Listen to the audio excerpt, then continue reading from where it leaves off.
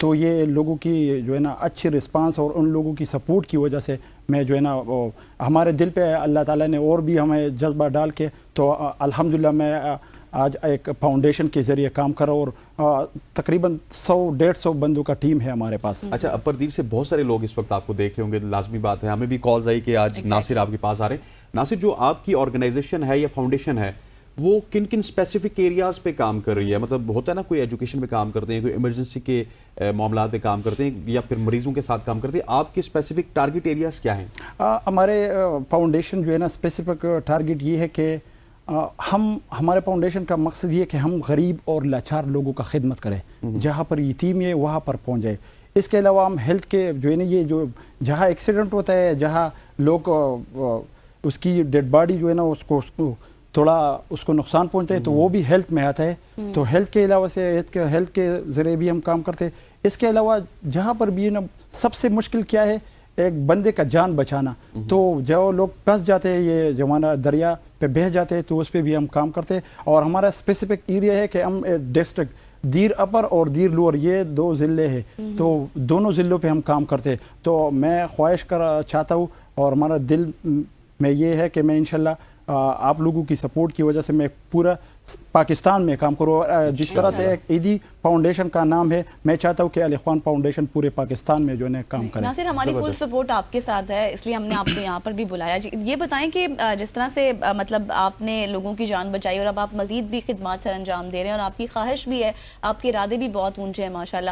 یہ بتائیے گا کہ کوئی خاص ٹیکنیکس ہوتی ہیں زپ لائننگ میں, یا پھر کوئی میڈیکل سرٹیفکیشن کی ضرورت ہوتی ہے, یا پھر کوئی ٹریننگ کی بھی ضرورت ہوتی ہے, کیونکہ وہ کافی ہارڈ کام ہے, مشکل کام ہے وہ؟ میں سب سے پہلے جتنے بھی لوگ مجھے سن رہے ہیں میں اس کو بتاتا چاہتا ہوں کہ کوئی بھی اس رسی کے یہ زپ کے ساتھ نہ کھیلے.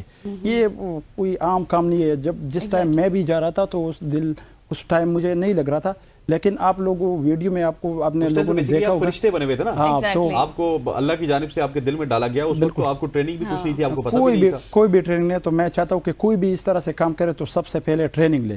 ٹریننگ کے بغیر کوئی بھی رسک نہ لے, کیونکہ سب سے پہلے اپنی جان ہے تو جہان ہے. تو کیا ادھر آپ کے جو علاقے ہے اپر دیر میں کوئی خاص ٹریننگ سینٹرز ہیں اس حوالے سے؟ بہت الحمدللہ. ریسکو 1122 جو ہے نا وہ بھی لوگوں کو جو ہے نا ٹریننگ کروا رہے, اور ہم بھی, ہمارے ایک بندہ ہے گلزار ہلال بھائی, وہ بھی ٹریننگ کروا رہے. اور آج کل دیر ہم سے بھی لوگ جو ہے نا ٹریننگ کا ڈیمانڈ کر رہے ہیں, ہم بھی خود جی ابھی لوگوں کو ٹریننگ کروا دیتے ہیں. یہ جو آرگنائزیشن کی بات کریں, فاؤنڈیشن کی بات کریں, اس میں ویل اکوپڈ سٹاف بھی آپ کے پاس موجود ہے؟ کتنے لوگ ہیں اور والنٹیئرز ہیں کیا سارے؟ یہ الحمدللہ ہمارے پاس جو اس میں ہے, اس میں ڈاکٹر بھی ہمارے ساتھ ہے.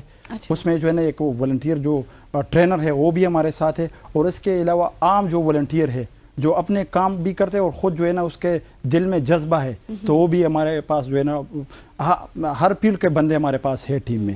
تو اس واقعے کے بعد آپ نے پھر جو ریسکیو آپ بتا رہے ہیں کہ وہاں پر ادارے ہیں, تو آپ نے بھی مکمل ٹریننگ لی ہے؟ الحمدللہ اس کے بعد ٹریننگ لی ہے, اور میں چاہتا ہوں کہ اور بھی جو ہے نا اچھے کاموں کا ٹریننگ لوں, تاکہ اور بھی ہمارے خدمات سے جو ہے لوگ مستفید ہوں. یہ بتائیں کون سے خاص ایکوپمنٹ اس میں یوز ہوتے ہیں, یعنی کہ گلوز آپ استعمال کرتے ہیں, یا پھر اس کے علاوہ بھی کوئی خاص چیزیں؟ سب سے پہلے جب کوئی بندہ دریا میں بہہ جاتا ہے تو اس کے لیے ہمیں ایک جاکٹ چاہیے, اس کے علاوہ ایک رسی چاہیے, اس کے علاوہ جو ہے نا وہ جو ماسک چاہیے, اور ایکوپمنٹ بہت سارے ہیں. تو میں آپ لوگوں کی وساطت سے جتنے بھی ہمیں سن رہے باہر کنٹری میں, یہاں پر سن رہے, ہمارے فاؤنڈیشن کو جو ہے نا ایک ایمبولینس کی ضرورت ہے.